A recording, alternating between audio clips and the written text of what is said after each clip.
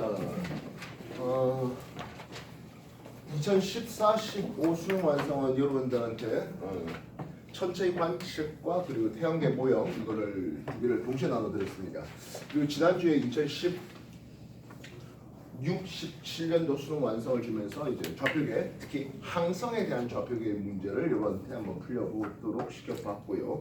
오늘은 이제 행성에 대한 내용으로 2016, 17 이렇게 나눠드렸습니다. 이쪽 문제를 한번 보도록 할게요. 뭐 예사람들이 뭐 밤에 뭐 플레이스테이션이 있었겠습니까? 어디 뭐 이로부터 저 스마트폰 있었겠습니까? 밤에 할 게 없죠. 그러다 보니까 밤하늘에 별들을 이렇게 관측해봤습니다. 근데 그 별들 보니까 별들 위치가 뭐하다? 고정돼 있었어요. 고정되지 않은 별 7개가 있었습니다. 뭐였죠? 태양과 달, 별들 사이의 위치가 바뀐 건 태양과 달이었습니다. 얘네들 적경이 계속 증가하기만 했네요. 반면 5개 이상한 별들이 있었어요. 행성이라 불러주겠네요. 수성과 금성 그리고 화, 목, 토죠. 지구는 행성인지를 그때 옛사람들은 몰랐어요. 특히 아리스토텔레스 물화생지 네가지 똥을 싸지는 그 양반은 뭐라 했죠? 하늘이 든다 하는 천동설을 주장했습니다. 놀랍다. 수성과 금성, 화목토 얘네들은 기본적으로 대체로 적경이 증가하다가 가끔 적경이 감소할 때가 있는데요. 적경이 증가하는 것을 우리는 그렇죠? 순행이라 부르고 적경이 감소할 때를 역행이라는 이름을 쓰고 있습니다. 물론 지금에 와서 우리가 수성과 금성은 내행성으로서 그래서 특정 각도 안쪽에서만 볼 수 있는 최대 이각을 이미 알고 있습니다. 내행성. 반면 화목토는 외행성으로서 180도까지 벌어질 수 있는 즉 충의 위치에 있는 것까지 알 수가 있었는데요. 뭐 그 옛날 당시에는 잘 그걸 몰랐다 보니까 수성과 금성 그리고 화목토의 운행에 대해서 어떻게 설명합니까 하네요. 일단 먼저 하늘이 돌아요 하는 천동설로 여러분한테 소개를 한번 해볼까 하겠습니다. 물론 아리스토텔레스가 이 얘기를 했습니다만 이것을 집대성한 사람은 프톨레마이오스라는 사람이에요. 아리스토텔레스는 기원전 사람이죠. 프톨레마이오스는 AD 140년 되는 그래봐야 1900년 전에 이제 여러 가지 얘기들을 집대성했습니다.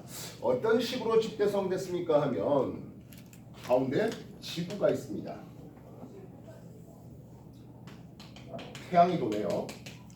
예, 앞에 달도 돌아요. 그리고 맨 바깥쪽에 여러 가지 별들이 있었던 걸로 소개되고 있습니다. 그래서 인간이 이해할 수 없는 그러니까 하늘에 있는 천체는 신이 만든 존재이기 때문에 인간이 감히 이해할 수 없는 아주 이상한 그런 주기로 신이 만든 그런 주기로 돈다. 그래서 태양과 이 별들 사이가 약간 비껴나가는 과정에서 일주운동과 연주운동을 소개하게 됩니다. 태양이 한 번 돌 때 별들은 지구 주위를 그렇게 한 바퀴 도는데 약 하루에 1도 차이 나게 말입니다. 그리고 지구 주위에 태양이 한 바퀴 돌면서 밤낮이 변하는. 그래서 그 당시에 관측할 수 있는 앵간한 자연 현상들은 프톨레마이오스의 천동설로 설명이 가능했는데요. 일주운동과 연주운동을 소개했습니다. 연주 시차는 아니에요. 또한 지구 태양 사이에 있는 선분상에서 금성이 이렇게 돈다라고 했습니다. 그래서 태양이 이만큼 갈 때 요 금성도 이렇게 가서 특정 각도 이상을 벗어나지 못하게 수성과 금성의 최대 이각도 소개했습니다. 이 자체가 금성이 아니라 금성이 도는 방향입니다. 그리고 화성과 같은 이런 놈들이 그냥 맹 도는 게 아니라 20원 주전원이라 해서 주전원 화성이 요런 궤도를 갖고 도는데 이게 이렇게 도는 거예요. 그래서 우리가 볼 때 어떻습니까? 하면 요렇게 가다가 쓱 가다가 이런 식으로 가는 걸로 느끼게 합니다. 무슨 뜻인지 알겠습니까? 그래서 왜 그 당시에는 외행성이라 말을 못했고 순행하다 역행하다가 순행하다가 역행하다가 이런 식으로 소개를 하게 된 거예요. 그래서 행성의 순행과 역행을 역시 소개했습니다. 이거는 주전원을 통해서 말입니다. 즉 금성과 수성도 역시 이 주전을 따라서 돌면서 순행할 때도 있고 역행할 때도 있다. 이런 식으로 소개를 하게 된 게 프톨레마이오스의 하늘에 돌아야 하는 천동설입니다. 당시 뭐 일주운동, 연주운동 그리고 수성과 금성의 최대이각 이거는 태양이 도는 이것과 같은 각도로 금성의 주전원의 중심 20원이 돈다. 이렇게 설명을 하게 된 거예요. 역시 굉장히 복잡하게 그리고 그거는 신이 만든 하늘의 천체는 우리 인간이 모르는 어떤 특수한 조화에 의해서 그렇게 돈다. 라고 했습니다. 이해됐습니까? 굉장히 복잡했죠.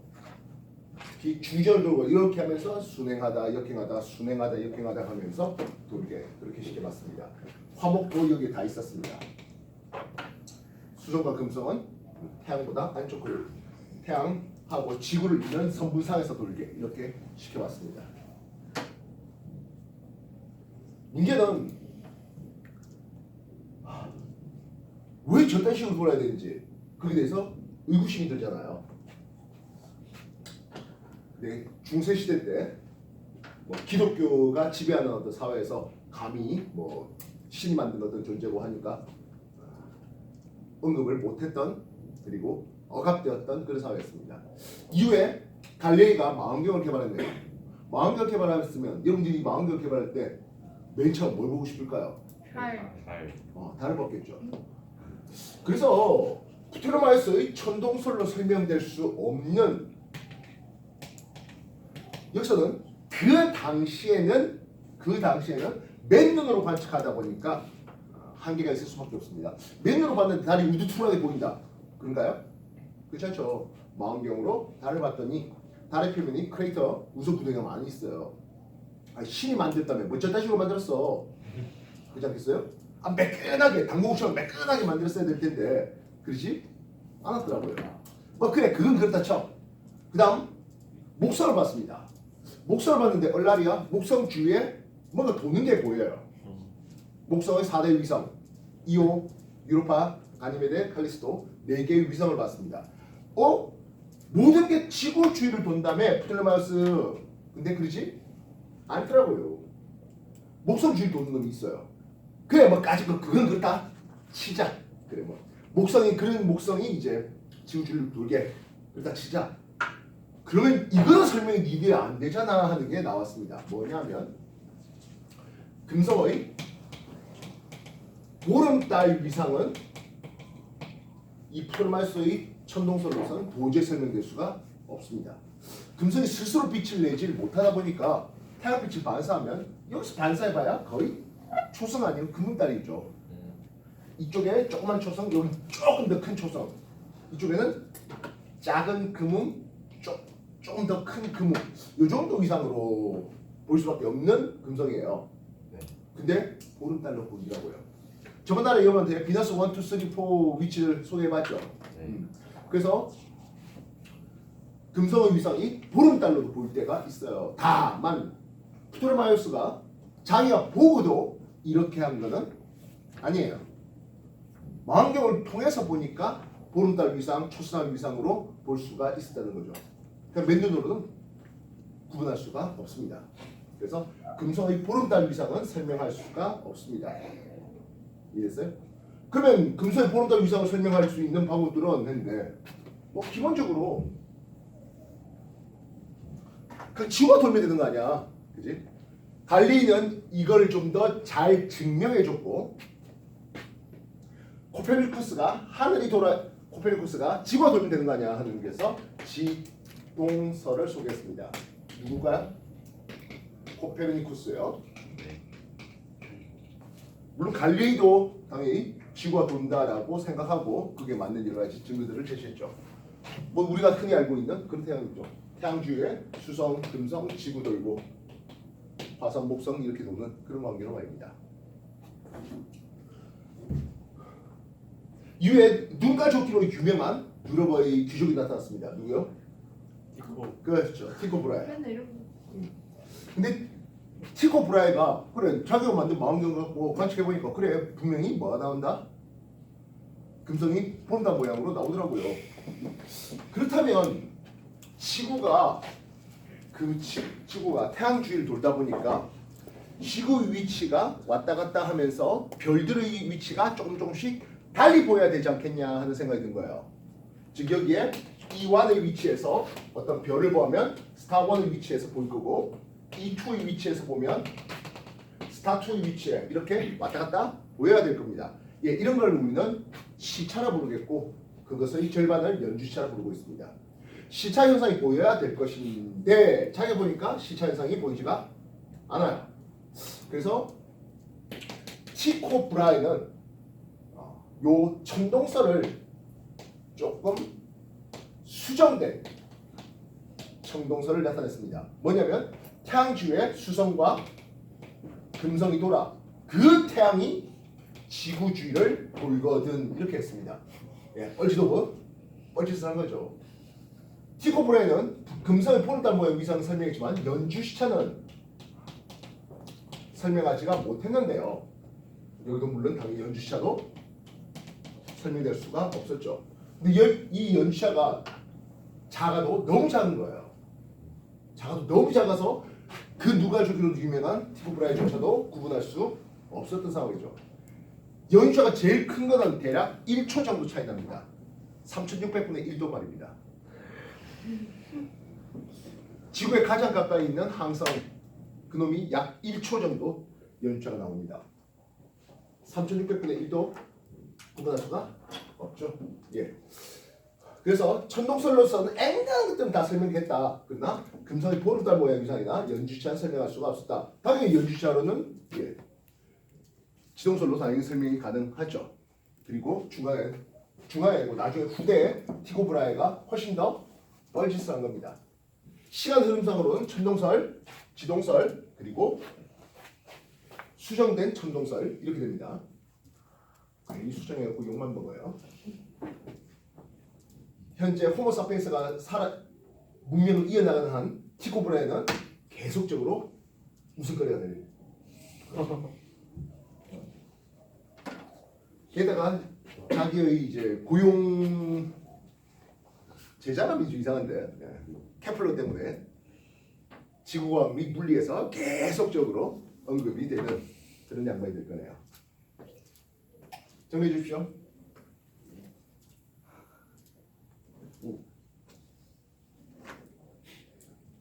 예, 여러분들 가지고 있는 테마 14 여기에 다 있는 내용들입니다.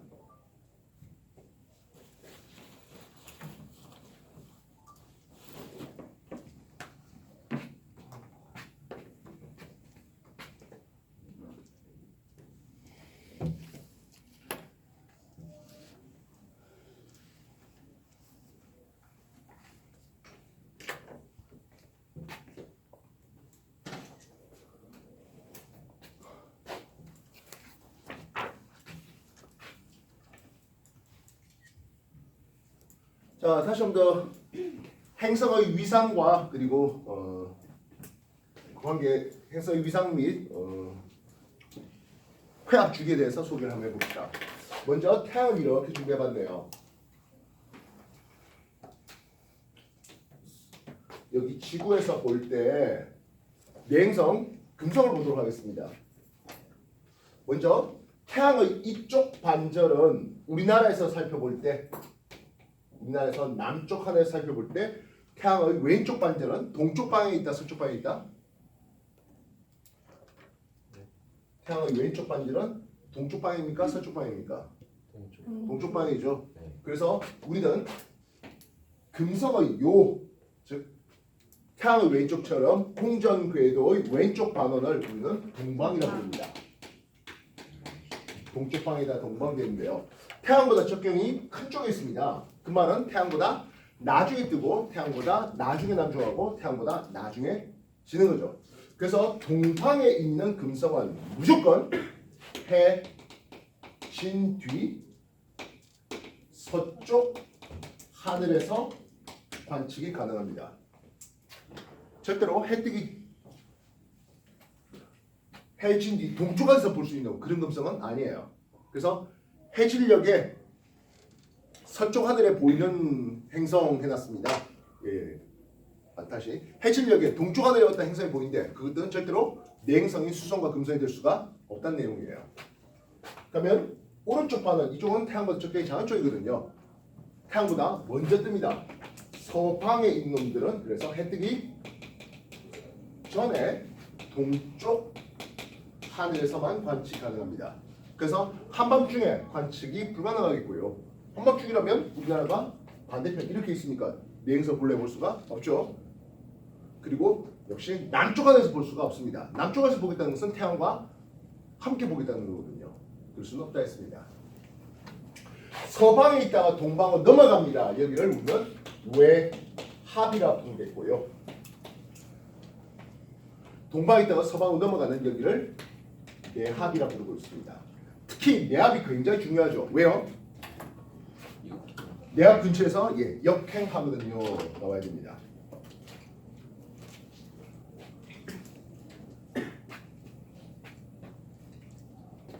금성의 위치 관계 몇 가지를 제시했습니다. 비너스 1, 비너스 2, 접선 방향의 비너스 3와 안쪽으로 들어오는 비너스 4 말입니다.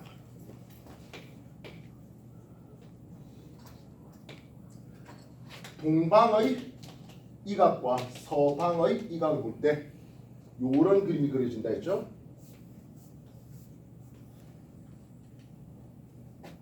비너스 1, 비너스 2, 비너스 3, 비너스 4 합니다. 어떻게 보입니까? 하는데요. 태양빛을 반사해서 조그만 보름달, 좀 더 큰 보름달로 보입니다. 비너스 3는 어떤 식으로 보인다고요? 오른쪽 반달 상현, 비너스 4는 초성의 위상으로 보이게 됩니다. 이때 금성이 공전하면서 지구도 물론 같이 공전합니다. 그러나 지구 공전 속도에 비해서 금성이 좀 더 빠르죠. 그래서 지구를 고정시켰고 그냥 내행성만 돌려냅니다. 그래서 최종적인 요 주기 한 사이클 되는 주기는 금성의 공전 주기가 아니라 회합 주기가 돼서 대략 한 1.5년 걸립니다.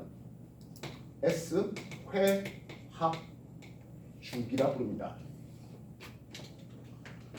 예, 금성이 서방으로 넘어간 뒤에는 비너스 5와 비너스 6, 7, 8의 위치를 제시할 수 있겠네요. 여기는 금운 위상이었다가 하현, 보름, 조그만 보름 이렇게 되고 있습니다. 시직경 어차피 금성이라는 적자가 동방에 있다는 뜻은 지구로 계속 다가옵니다. 시직경은 동방에 있으면 지속적으로 커집니다. 서방에 있으면 지속적으로 작아집니다. 밝기, 겉보기 등급이라는 이름을 쓰기도 하는데요. 동방 최대에서 최대 밝기는 아닙니다만은 동방 최대가 근처에서 최대 밝기를 가지게 됩니다. 그래서 밝아졌다가 이후에 어두워졌고 마찬가지겠죠? 밝아졌다가 어두워지는 것을 보게 됩니다. 이해됐어요? 그리고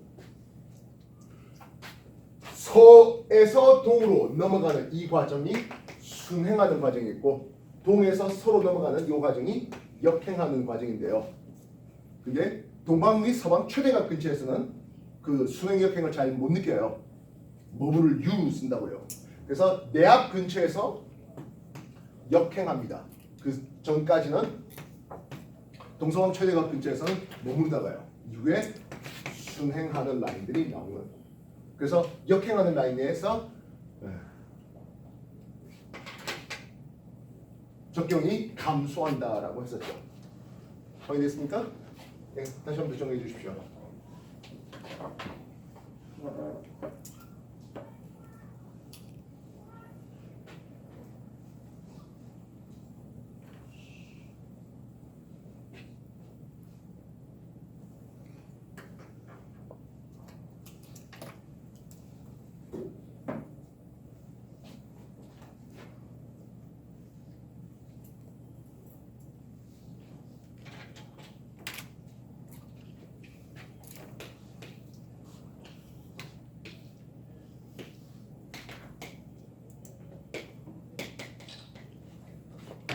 회합주기의 그림을 그리면 이런 그림이 나온다 했습니다.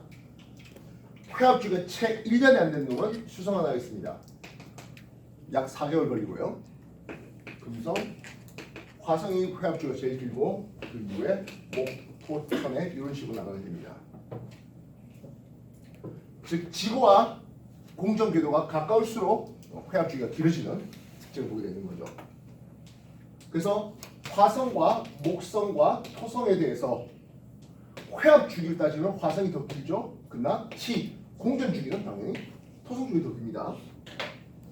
회합 주기와 공전 주기 헷갈리지 마시도록 되겠습니까? 회합 주기 내는 공식은 S분의 1은 2분의 1 빼기 P분의 1. 요 두 개의 위치에 따라서 내행성과 외행성인데 어차피 절대 취하면 돼요. 되겠나?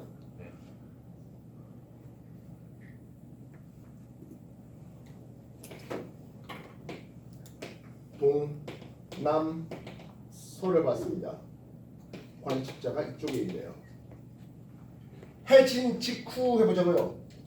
태양이 서쪽 하늘에 막 졌답니다. 비너스원 어디 있습니까 하면 이 정도의 비너스원 있겠죠?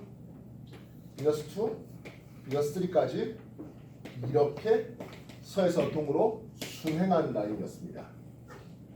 조그만 보름달, 좀 더 큰 보름달 상현 위상으로 이어집니다.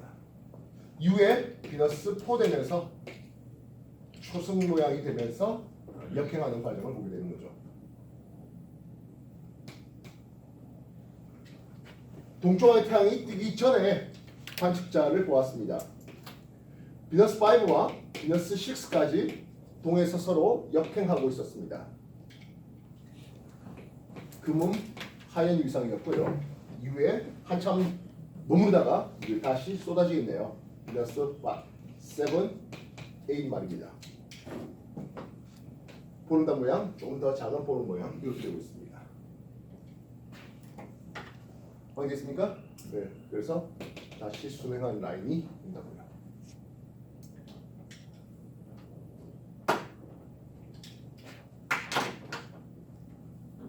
우리 나눠준 큰 틀에도 계속 이런 그림들이 다 소개되고 있네요. 정리해 주십시오.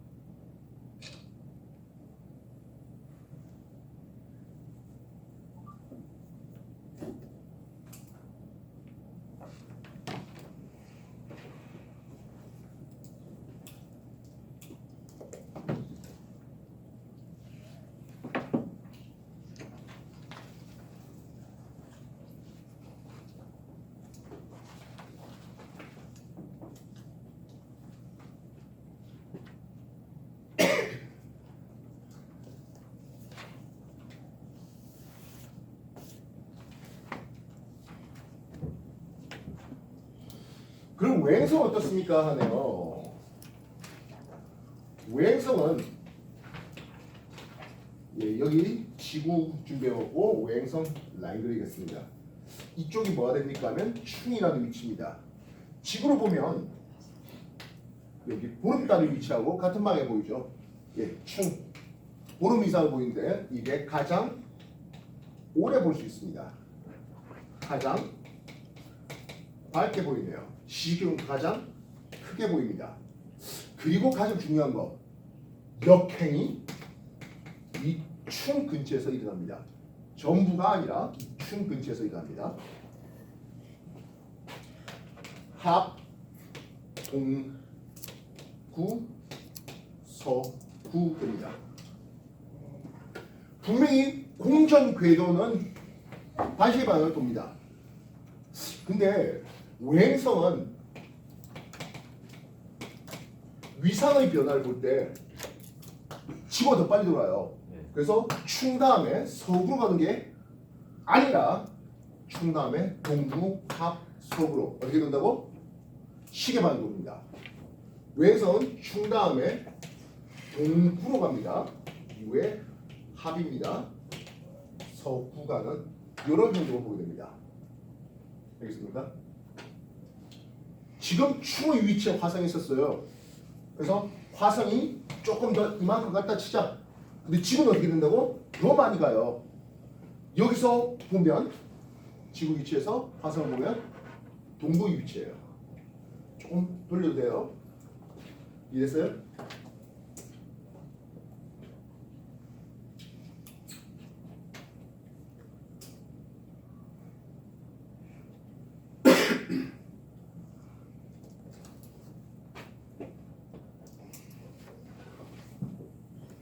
지는 시각을 한번 봅시다. 충이라면 보름달과 같은 방에 있댔잖아. 보름달이 진대요. 언제 집니까? 새벽 6시에 지겠죠. 네. 동구는 상현과 같은 방입니다. 상현달이 질 때 동구에 있는 화성도 집니다. 동구에 있는 놈은 언제 질까요? 그렇죠? 밤 12시에 져요. 합이면 태양과 같은 방에 있습니다. 태양이 질 때 저녁 6시에 집니다. 서구요? 서구는 낮 12시가 되면 지겠군요. 그죠? 그렇다면 새벽 6시, 밤 12시, 저녁 6시 지는 시각이 빨라집니까? 늦어집니까? 밤 12시, 저녁 6시면 빨라지는 거죠. 지는 시각이 빨라집니다. 이해됐습니까? 내행성 어떻습니까? 근데 내행성은 빨라졌다가 늦어졌다가 지랄맞게 움직입니다. 근데 여기서는 지속적으로 빨라지기만 합니다. 이해했어? 그래서 만약에 밤 12시, 새벽 6시, 저녁 6시 이렇게 잡아볼게요. 어떤 행성이 지는 시각, 이게 일몰 시간이에요. 지는 시간을 봤는데 이런 그림이 그려진대. 뭔 뜻이지? 네. 이건 내행성이라는 뜻이에요. 얘가 태양보다 일찍 졌죠. 태양보다 일찍 진 걸 우리는 뭐라 그러지? 일찍 떴잖아. 서방이죠. 해 진 뒤에 지겠대. 동방이에요. 다시 서방으로 동방으로 가는 이런 그림이 나오는 거예요. 물론 1년 안에 이런 것들 여러 번 할 수 있는 놈은 수성이죠. 이해했어? 동방에서 서방 넘어간다 합니다. 뭐라 부릅니까? 내합을 지정합니다. 이 근처에서 역행을 합니다도 나올 수 있겠죠.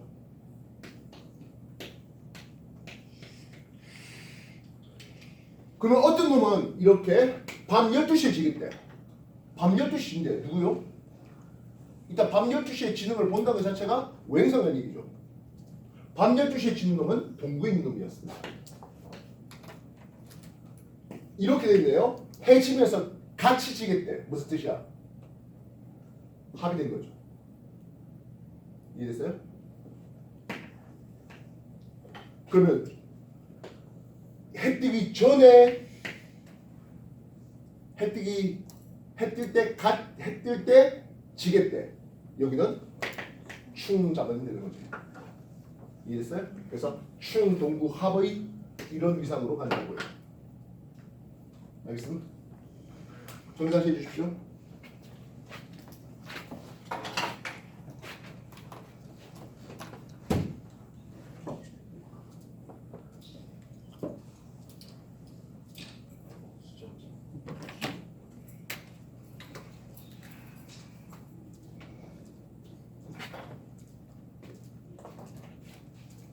그래서 내행성의 밝기 변화를 보면 내행성은 이런 밝기 변화가 그려집니다. 최대각 근처에서 최대 밝기가 보이는.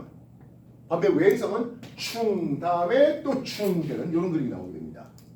이해됐어? 그래서 충 사이 간격이 뭐가 된다? 한 회합 주기가 된다는 거예요.